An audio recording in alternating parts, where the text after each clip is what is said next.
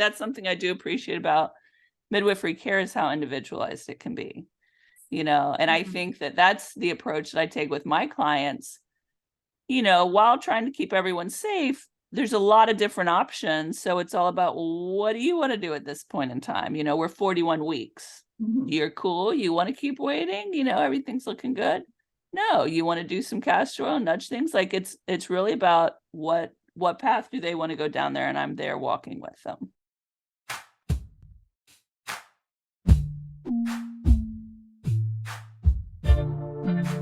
Hi, my name is Augustine Colebrook, and I'm the principal at Midwifery Wisdom Collective.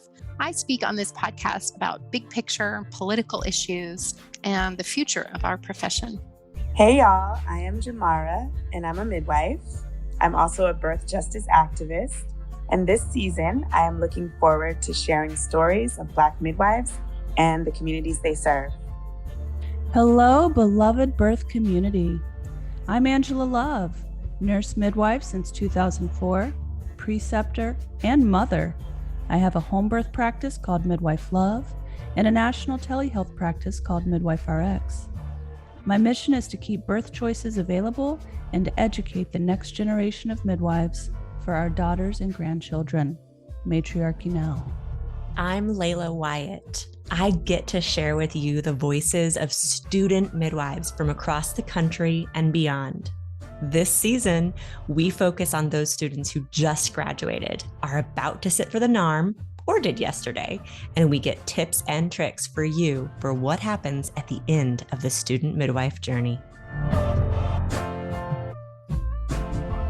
Hello, beloved community. This is Angie Love coming to you from Florida. I'm really excited about today's podcast. I have a dear friend, Rachel, that's on here with me. So let's get started. My name's Angie Love. I'm a nurse midwife. I have a home birth practice here in Florida, and I also do telehealth in Florida and Utah with Midwife RX.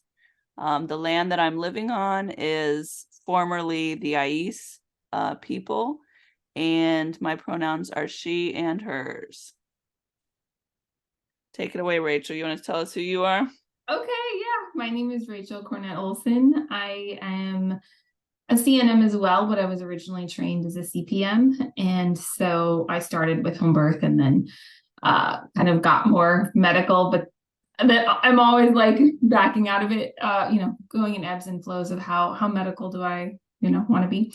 But I had a private practice in San Antonio, Texas, doing home birth and holistic gynecology and women's health.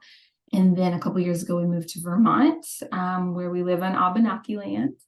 And the population is just so small that I'm doing almost 100% telehealth, except for I miss working in, with people in person. And so I also just picked up one day a week in a clinic that does PRP and stem cells for joint regeneration, which is pretty cool. And I never ever thought I'd be doing anything like that, because as a midwife, like I went to nursing school with the intent of I'm going to be doing birth work and work with moms and babies. And I didn't really care about bones and joints, but yeah, it's been really fun to learn a lot. So that's something I'm doing one day a week as well. Nice. That's Thursdays, right? Yep, that's Thursdays. And then 6 days a week, every day but Thursday, I also staff the Midwife RX for Angie for Texas and theoretically Vermont. However, the laws in Vermont are so good that I feel like midwives don't need me here. So yeah, I do a lot of prescription care for out-of-hospital birth midwife clients in Texas. Okay, wonderful. Well, something you'll be interested to hear is that I just went to the CNM conference in Orlando last weekend. It was so amazing being with all those sister midwives, learned a lot of CEUs. And one of the guys that got up to speak, his name was Daniel, and he's announced on his resume of other things that he does that he was a couch surfer. That's awesome. I love that you put that up there. That's amazing. He's like the ambassador for Indiana. So I'm like, that's awesome. So I went and talked to him afterwards. But for anyone who doesn't know, that is originally how Rachel and I met. via the couch surfing website back in the day. That was 2009, long time ago, before either one of us had any babies. Yeah. And I was traveling, I was taking sabbatical, and I was in New Mexico, and I was staying at a place, and there was Rachel, and we started talking and got to know each other. Yeah, I was like, living in Santa Fe and was a labor and delivery nurse. My first job out of nursing school, I had graduated from nursing school and didn't really want to work in the hospital. So I had worked at a birth center on the border of Texas and New Mexico, and then, or volunteered there because this was 2008 and there were actually no jobs even in healthcare. It was like a crazy time. And then I was able to get my first like sort of maternity related job in Espanol, New Mexico, and was living in Santa Fe. And it was like couch surfing was this big thing, this way to meet people from around the world, and also just people having potlucks and couch surfing parties. And it was so fun. So yeah, Angie came through and stayed with us, and I was like, oh, you're a midwife? Tell me about your life. I want to be like you. So that was definitely part of my journey, which is getting with midwives doing cool things. That seems like so long ago. It seems like another lifetime ago, right? Yeah. Yeah. And that was a wonderful stay for me. And I remember there was some doctors that were there, and like one of them took me to the feast days on the Taos reservation, and I got to see like the inside workings there, and that was a blessing. Yeah, it gives me chills to think about, because there was like just cool young medical people doing interesting things. I mean, kind of like honestly living how I live. Like, how can I work as little as possible so that I can play as much as possible? Like, live in a place where there's lots of outdoor recreation. And so, yeah, that doctor actually, he became an Ayurvedic practitioner, and now I'm like, maybe he should be on this podcast. Maybe he should. I don't think he does too much with women's health and, birth, but he does have a kid now, and he has like an integrative practice doing Ayurveda and medicine, but of course leaning really into the natural medicine of Ayurveda. But yeah, I just love meeting smart people doing good work in the world that are also like really playful, and that's not their life, because of course many doctors and midwives and just medical people, even though I don't think of midwives as medical people necessarily, but it can just take over your entire life. So to be like 25 to 35 again. Right. Yeah. No, yeah. I think it's a good point that we always need to keep a good work-life balance. Yes. For sure. So do you want to tell our beloved audience about your path through midwifery?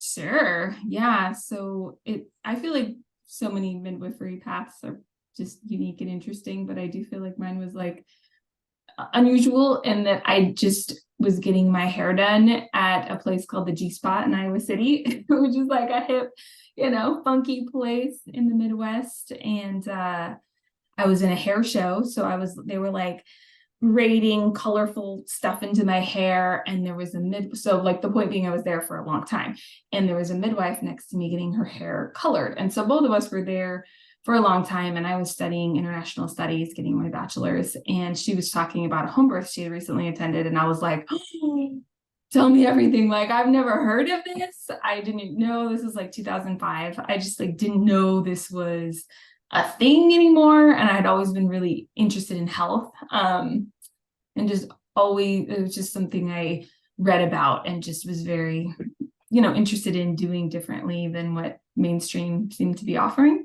And so I just sat with her, and it turned out that she was good friends with Robin Lim, who has the birth center in Bali, Indonesia. And because I was studying international studies, she was like, hey, I bet you could get some money from your program and go to my friend's birth center. And of course, I didn't even know who Robin Lim was at that time. I had never even really thought of a midwife in modern context. And so I go there, and I did. I got a grant from my international studies program and spent 10 weeks in Bali, Indonesia, at her birth center. And this was like way before it became this like yoga paradise, this like resort land. And I'm grateful for that, because I got to see it in a really just like a different state than it is now. And so, yeah, that just like cracked my world wide open, because I didn't even know what a naturopath was, or I never really I think I had gotten acupuncture actually once for my neck for an injury, but, they were only using herbs and natural modalities and, stuff like Reiki and angel healing and just stuff that I'd never heard of before. And so it absolutely blew my mind. And I'm so grateful for that experience. And so I came back and was like, okay, I'm going to become a midwife. And being from Iowa, that meant becoming a nurse midwife, because up until only literally, I think May 1st this year, 2023, non-nurse midwifery was illegal, meaning you could go to jail for practicing medicine without a license. And I know a midwife who did go to jail. So it wasn't really I just was like, oh, so you become a nurse midwife. So finished my BA and then got an RN. And, in that process of becoming an RN, had to spend a lot of time in the hospital. And I was just like, this is terrible. My first births were in the water with flower petals, and then so much regard for the placenta, and having a ceremony with the placenta, and just burning the cord, which now is I'm seeing more people do that on Instagram now, but it was that's just what they did, there as a normal practice. And so, yeah, I was pretty horrified by modern American birth and wanted nothing to do with it. And thankfully, I didn't get a job anywhere because, again, it was 2008 and there were just no jobs. And so I volunteered at Holy Family in Westlaco, Texas, right on the border in the Rio Grande Valley, along Mexico. And that was really cool. Lived there. I was the only one living there. So they would people would come knock on the door, and often they were coming across the border and they would be basically we're in labor. And so I'd have to call the midwife, and it was really fun and interesting. And then I got my job in New Mexico. And actually, by the way, how many births did they do there a month at that birth center on Texas border? That's a good question. It's gone through a lot of ebbs and flows. When you were there? So when I was there, it wasn't definitely not I feel how it is with birth. It's maybe there'd be a few a week, but then there might not be one for a week. Mm-hmm. So I feel it was maybe there was 6 a month, something like that. Oh, okay. Not crazy. It could be wrong. It could be 6 to 10. I don't know. It wasn't, It wasn't 50. No, not at all. Okay. It was going through a hard time at the time. And in fact, when I was there, the director was ousted. And so then actually I got to meet some other really cool midwives who came in to help kind of patch up the time, because there was no nurse midwife, because that was actually a big drama. She got ousted for just financial scandals and things. So, but then I got to meet a lot of midwives, and eventually they did build up their program again. And now I think they're doing a lot more births. So yeah, it wasn't super busy, which gave me time to work on my Spanish and just learn a ton. So that was really fun. And then I went to New Mexico and worked in Española, which is a tiny town. And, they had a lot of general practitioners catching babies, and I worked the night shift. So I caught babies because people might be asleep 45 minutes away in the mountains and not get there. So that was really fun, but I knew it wasn't, and they just were definitely not so medical. We didn't have, an anesthesiologist on staff to make epidurals and C-sections super quick and easy. So therefore they just weren't implemented as much. But it was still just this is too much. I remember just, being horrified by some of the things that now I'm oh, now that I've worked in university settings, I'm just okay, they were actually really good. But it's all a matter of perspective. It is. And yeah, so I've seen, home birth, birth center birth, very small hospital, and then very large hospital scale. And it's interesting how things shift the more you're exposed to, for sure. But then I was all right, I've done my year, I've just felt I needed to check the box and have my first nursing job for a year. And I had an opportunity to go to Haiti and work for Mother Health International, which was actually, they started it, or Robin Lim helped start it. So that was just an interesting coincidence. But it was a birth center that's kind of come and gone, doesn't exist anymore. But I think it came up after the earthquake. And then I was there a year after the earthquake. And so, yeah, that was another good experience where it's like you're living at the birth center, you're just on 24/7, people coming. And I can't remember how many births we did there either. Definitely more than 10 a month, because I was able to do the PEP process to not like completely complete it, but do the births that I needed to do the CPM PEP process. So I got like my 40 births. So yeah, I'm trying to think of like, at least there was like a few a week probably. And that really, really solidified my trust in natural birth, because we had no Pitocin. Well, maybe we had Pitocin, never once used it, I don't think. We did not have Cytotec, we did not have oxygen. The hospital had like business hours, so we couldn't really transfer somebody at like midnight, it was just like, better figure it out. We had to resuscitate a couple babies, but everything went smoothly except for the one baby we had that had like severe genetic issues, so it did not survive. But it was also like, okay, well, yeah, it had problems that were not compatible with life. So it was so empowering to just see what's possible completely outside of the medical system and without any support from the medical system. I mean, we also did zero blood work and had no ultrasound capacity. So sometimes somebody would come to us and they're like, yeah, I'm like 13 months pregnant. And we're like, I wonder what that means, or there were like very few occasions where we're like, could you get to the city to get an ultrasound so we can just understand what's going on here? So that happened like very rarely, but we literally had no idea if somebody had HIV or anything, and pros and cons to that. But it just bolstered my trust in birth and women's bodies so much. I mean, and like there's like no formula. So it's just like, you're going to breastfeed or the community is going to help you figure that out. Mm-hmm. So did you ever have any surprise twins? We had no surprise twins. No. Okay. Good question. I don't even think we ever even had a breech, but tons of babies born in the call. Like, I just laugh. And I'm sure most midwives do when they're like, you'll see something about being born in the call being rare. And I'm like, no, it's not rare at all. You don't bring the water. The birth I had this morning was born in the call. Oh, awesome. Yeah. Fun. And it's a really good sign. It's always been a good sign. And the first birth of my practice here in Vero the baby was born in the call. And today was the first birth of my students' practice. Like, she just finished her last birth needed through midwifery school yesterday. And this baby was born in the call. So I'm like, this is a good sign for the rest of your career. It's going to be great. Oh, that's so good. That's awesome. Yeah. I love that. Yeah. I'm trying to think if there's anything else like unusual.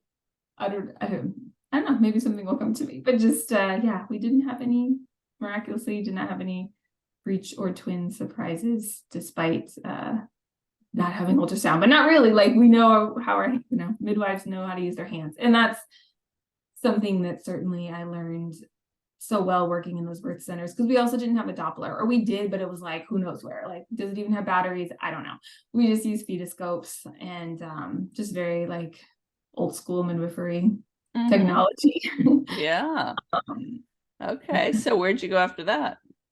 Then I came back to Iowa and did just like whatever I had to do. Like, you have to like get checked off by a NARM preceptor to then be able to take the test. So I kind of went through all those formalities and became a CPM in 2011, but I was still living in Iowa where it was like illegal. And so thankfully there's a wonderful nurse. There was at the time, she's not there anymore, but a wonderful nurse midwife who did home births, which was very rare in Iowa, because it's weird. Like, actually the laws for nurse practitioners, which a nurse midwife, fits into that, are great in Iowa. Like, you're completely free. You don't have to have any kind of collaboration with a doctor or any kind of babysitting for a year or something, which is what it is in Vermont. And in Texas, of course, it's like way more, and in other states are way worse than that. But so she did her own thing and it was amazing. And then so I worked under her, so I felt safe because I was getting to do home births. This was starting in 2012. but I wasn't, I felt kind of protected, but I wanted to keep growing as a midwife. So I I did that for a couple years, I guess. And I would fill in working labor and delivery at the University of Iowa, just like fill in shifts, like 4 hours here, 8 hours there. I've refused to work 12-hour shifts for like a long time, basically. But yeah, I basically like burned out my adrenals and thyroid though by doing the birth work and having a kid. So in 2012, my son was born. And I'd be like up all night at a birth, up all day with him. And then he sucked at sleep. So I would also be up all night with him. And I just lost my sanity and health really. And that was the reason to go to nurse midwifery school, because I was like, I need to have an option to not do birth work, even though I love it and it's absolutely what I got into midwifery for. So I started the Philadelphia University program, which is now Jefferson University. They merged with another small Philadelphia University. And that's just because that's where the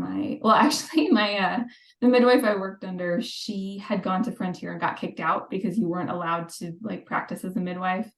I don't know if that's still true, but at the time she was just like, well, I need to like feed my family. So she was like working a lot with Amish families. And the story is she got kicked out and went to Philadelphia University and liked it better anyway. So I was like, cool, thanks for doing that research for me. I will go to Philadelphia University. And ultimately, I had to leave the state because there was like nobody with high enough volume that I could work with. Even though the University of Iowa had midwives, they were contracted to work with the medical students, which is something I hear a lot. And it's such bullshit, even though I'm glad the midwives are teaching the residents because they need to understand what like real delayed cord clamping is. Like at the University of Iowa, I slapped a resident's hand once because he like let it pulse for like 1 second. And I'm like, that's not delayed cord clamping. Like, get your hands away from him. Yeah. I'm glad there are midwives there, but it's just like, it sucks how hard it is to find a preceptor. So we moved to San Antonio, Texas. And even there it was really hard. So I ended up still driving over an hour to go to both Austin and Kerrville, Texas. Where I was able to have a preceptor and a birth center in Austin and then a small hospital in Kerrville, which was a really cool hospital. Like they started doing nitrous before, anybody. And that was a good experience, but it took me a long time just because of the roadblocks that so many people, run into of not being able to find a preceptor. And then I started when my son was 7 months old, actually. So, I took summers off and I was struggling with insomnia and so Yeah. along the way too. So, then there's that. I graduated in 2016. And by then I was so burnt out on birth work. Like, oh my gosh, it was just like, and like I said, I'd gotten divorced, like just so much stress that I feel like could have been mitigated if I was sleeping well at night. And some midwives just have a constitution for it. Like I have plenty of midwife friends who are like, oh, it's no problem for me. I can just like catch up on sleep or whatever. I'm just like way too hyper vigilant and just like for that. Like I just, I can't sleep on call. If people are even like considering going into labor, I'm just like wired and can't sleep. So it's just not the best professional fit for me to be on call all the time. So then I worked at Planned Parenthood for full-time for a year. And that was really fun because just they're very evidence-based, which is not the case in most of San Antonio. That was part of my the South Texas, San Antonio being part of that, but certainly the Rio Grande Valley where I was in the birth center. It's just like the freaking Wild West. Like the doctors are horrible. They have really high C-section rates. And it's very old school, even still. Just like you lay on your back and we're going to extract this baby from you. And just like, don't complain. Don't ask too many questions. And yeah, some of the places are better than others. But it's just like, it's just been shitty for so long that it's just the nurses. I found a lot of that going on in Miami too. And I think that it's, a lot of like anti-migrant sentiment and maybe not even conscious, but it's like, okay, well, these are immigrant women. They're not going to complain to anybody. I can do with them what I want. I'm sure that's true. Poor immigrant women. That's what I saw in Miami. High C-section rates, a lot of birth trauma. I mean, I'm sure that's true, but I was also seeing it even in, like, I was everyone. Yeah, like I was a prenatal yoga instructor as well, starting when my son was a baby. And so I was doing that in San Antonio, and I had some private clients, and some of them would ask me to be their doula. And, super rich woman, had all the resources, and to me had like a horrible, even though I was there, like her one goal, she's like, oh, I'm going to get an epidural. My one goal is to not get Pitocin. So it was just like, I helped her labor at home long enough to then get to the hospital at 5 centimeters. And it was their baby. She did not need Pitocin, but they were just like, hey, we're going to just speed this up a little bit, just get this going. And, just the same old crap of just like, hands all up in your vagina, stretching it out, and just stuff that I'm just like, Jesus, that's unnecessary. Yeah. So I think it's like a patriarchal machismo thing too, even though it's half OBGYN, even half the OBGYNs are women at this point. It's still that like, I am above you mentality, and like You should do what I say. I know more than you. You do what I say. Yeah, it was just particularly bad there. And I had come from the University of Iowa, where it was great, actually. Like, the residents were really cool. They called all the shots. We were on a first name basis with them as the nurses, versus in Texas, it was like, yes, Dr. So-and-so, and like, just very, just much more patriarchal and formal, and I don't know, just BS. So tell me about your practice now that you're doing. Okay, sure. Functional medicine. Yeah. So I guess just there was just no way I was going to work in the San Antonio birth scene, at least in 2017. I do think it's gotten better. So I worked at Planned Parenthood for a year, but I ultimately really missed doing more like holistic stuff. Like, I was basically just like birth control and antibiotics for all, and hey, I learned a lot just like talking to people with really different lives, like burning genital warts off of a guy that got off of jail and just asking him questions about life. And I loved that. And I was more like, I just want to like talk about herbs too. So into early 2018, I think. Yeah. So it was like a full year, full-time at Planned Parenthood. And then I just filled in shifts, just PRN. And I started my business. And thankfully, I was able to work at a clinic, which helped so much. It was called the Center for Complementary Medicine.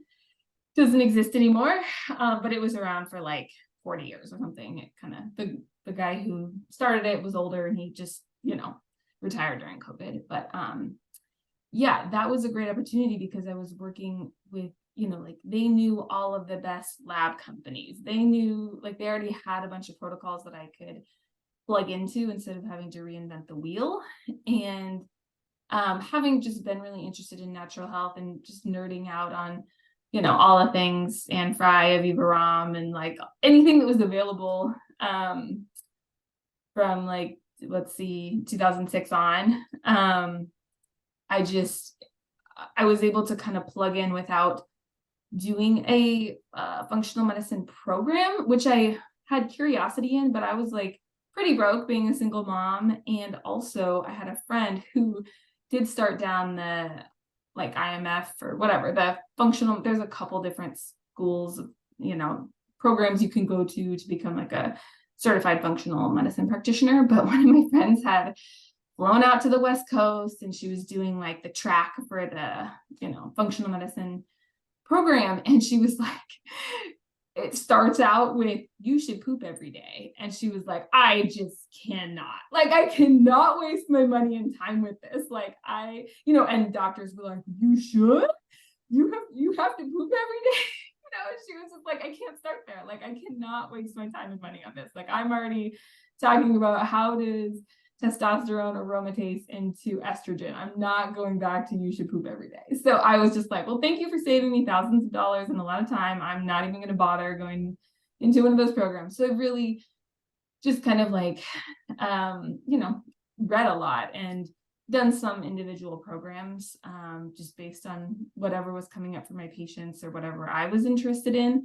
So, like, for example, I'm a certified mold practitioner because we dealt with mold in our house, and I realized how important that was. So I did Dr. Jill Krista's mold program. And I've just done like some things like that. But yeah, I started out just kind of trying to get people to realize there was an option aside from sitting in a waiting room for 20 minutes and then having an MA barely look at you as they took your blood pressure and weight. And then you spent like 5 minutes naked on a table with the doctor that pretty much all they did was rule out that you did not have cervical cancer. And like, that's your women's healthcare. And so I, started out doing like 90-minute to 2-hour intakes and visits with people to help them just have more optimal health. Yeah, I didn't exactly mean to get back into home birth, but people just would call me. And I ended up doing like 5 births a year, not a month, for a few years until we moved to Vermont, where there's just tons of mud, rural roads, bad cell phone reception, and a tiny population. And I was just like, I am just going to see how this telehealth thing goes. So I have been for 2 years able to just keep doing really specialized consults with people. So I get calls all the time, like, I just need a pap smear. And I'm like, great, here's my friend's phone number, who's a midwife who happens to also do pap smears. And now I'm focusing more on like, just real specialized issues. Like I'm 40 and I'm trying to get pregnant, or I have horrendous, like murderous periods, or my thyroid's a problem, my weight, autoimmune issues. So really diving deep into those and still spending oftentimes an hour and a half with people.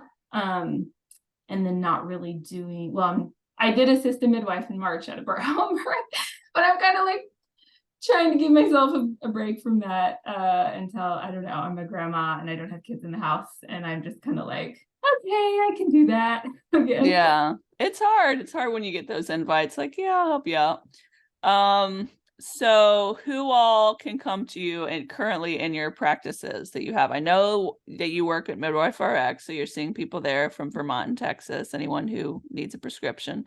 Who are you seeing for your functional medicine practice?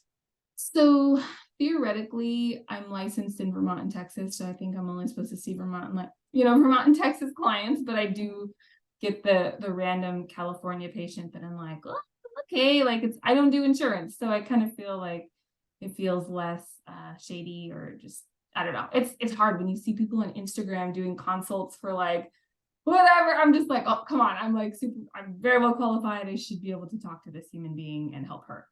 Mm-hmm.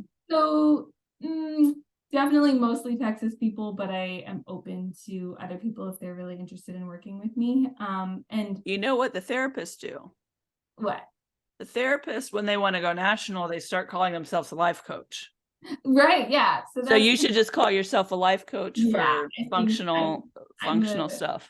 Yes, I'm a lady life coach. Yeah, women's health life coach. And I should say, like, I work with people who were born women. So I work with I have had some trans male clients. So people identifying as male but still having uteruses they need to deal with. I can't, because testosterone is a prescribed or controlled. I can't prescribe that through telehealth, and I don't bother to maintain a $800 every other year DEA. So, and I just haven't had any inquiries for any trans women, but I suppose I'd be open to that too. But it's usually, it's people who are dealing with specific issues, mostly like thyroid or like autoimmune stuff. And yeah, I'm cash pay. So I'm just like a one-woman show. So I don't really deal with insurance. So it's kind of like, hey, I'll talk to anybody if they want to pay my rates. Yeah. And how can they find you? Functionalmidwifery.us is my website. Functionalmidwifery.us. Wonderful. Yeah. And I know that you're waiting on a baby yourself right now, right? Yeah, I'm 34 weeks pregnant. Yeah. Okay, because the last I saw you was November. How has everything been going since then? It's good. It's it's funny. I have a 11-year-old, and then I was a surrogate in between those two, and it's just like, wow, yeah, every 5 years or so I'm having a baby apparently, and it does get harder. I don't know if that's just being a little older, or if that's just like the tension, like the ligaments being that much more stretched. And everything. How old are you currently? 38. 38. And do you have your birth plan figured out? What are you doing? Yeah, I do have a home birth midwife. Vermont makes it really easy. Their laws are amazing. So I'm just like I would consider free birthing, but I'm like, yeah, why not have somebody to, do my birth certificate and just, I don't want to think about it. I don't want to think, am I bleeding too much? Does this kid look kind of funny? Like, I want somebody else to do that. But I am being a little laissez-faire with prenatal care. I'm just like, I was just emailing with her today. I'm like, yeah, I'm cool. This is what I'm doing. Trying to eat more liver, Mm-hmm. So do you do labs on yourself? Yeah. Of course. I order, because I want to order cool stuff that, the insurance isn't going to pay for. So I'm just like, let me just, I use Rupa and Vibrant America and like these different lab companies that, it's just going to be cash pay anyways. So let me just not have to schedule with anybody and I'll just deal with it. Okay. So exactly. I just got some new labs and I was like, oh, here you go. So I think I'm in a way an easy client, but in a way I'm also like, I think we can be hard too as midwives, just lots of questions and like, what do you think about this random thing? Mm-hmm. Well, we come into with all of our own ideas and everything. And I remember at my birth, the bleeding was a little on the heavy side for me. So with that amount of bleeding that I had, I would have given myself a shot of Pitocin or something, right? Yeah. And I'm talking to my midwife who's more senior than I am. And I'm like, look at all this bleeding. Should we be doing something? And she's like, you're fine. Oh Stop being a midwife. Yeah, that's kind of funny, but I would have been a little unnerved, I suppose. But I've kind of gotten some of that too. I had a miscarriage last year and I had a different midwife and they were kind of like, you don't want to do like any of the testing, right? And I was like, no, I'll do the testing. Like, I'll take all the information. Like, I'm not opposed to the information. I'll do whatever the hell I want to with the information, but I'll take the information. Like, I feel like they were trying to be cool. Like, you don't have to do whatever you don't want to do. And I'm like, cool, thanks. No, I'll actually do like the standard testing. Give me the test. Yeah. So, I mean, that's something I do appreciate about midwifery care is how individualized it can be, and I think that's the approach that I take with my clients. While trying to keep everyone safe, there's a lot of different options. So it's all about, what do you want to do at this point in time? We're 41 weeks. Mm-hmm. You're cool. You want to keep waiting? Everything's looking good. No, you want to do some castor oil, nudge things. Like it's really about what path do they want to go down there? And I'm there walking with them, Yeah. And just providing information that's not coercive, but I mean, for me, like as a midwife, I feel like I'm going to do a lot of research. I already have a lot of research behind me. So I'm going to pick the midwife that's going to let me be the most free. Mm-hmm. So with the surrogate pregnancy in 2019, my water was broken for 6 days. It's like a whole other story, but it's like, oh, I'm so glad I picked the midwife that was like every day, just checking in, asking the same questions I am, like, is the water clear?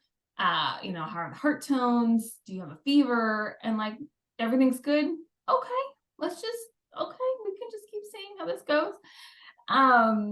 So yeah, I think, obviously finding that right mix of provider is really important. But I've talked to some women who have told me like, oh, my midwife was like not pushy enough. And I'm like, oh, okay, that's interesting.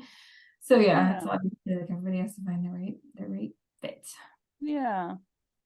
Well, I want to thank you so much for coming on here today, and you gave us some good information. I know probably a lot of people could use your services. Are you planning on taking time off for maternity leave?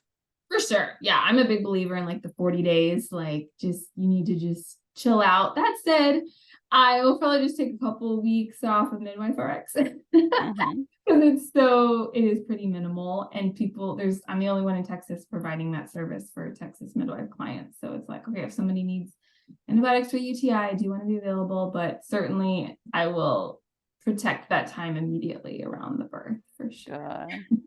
Well, blessings and love, and keep me posted, and I'm here if you need anything. Thank you. I love you. Love you too. Okay. Have a great birth. Thank you.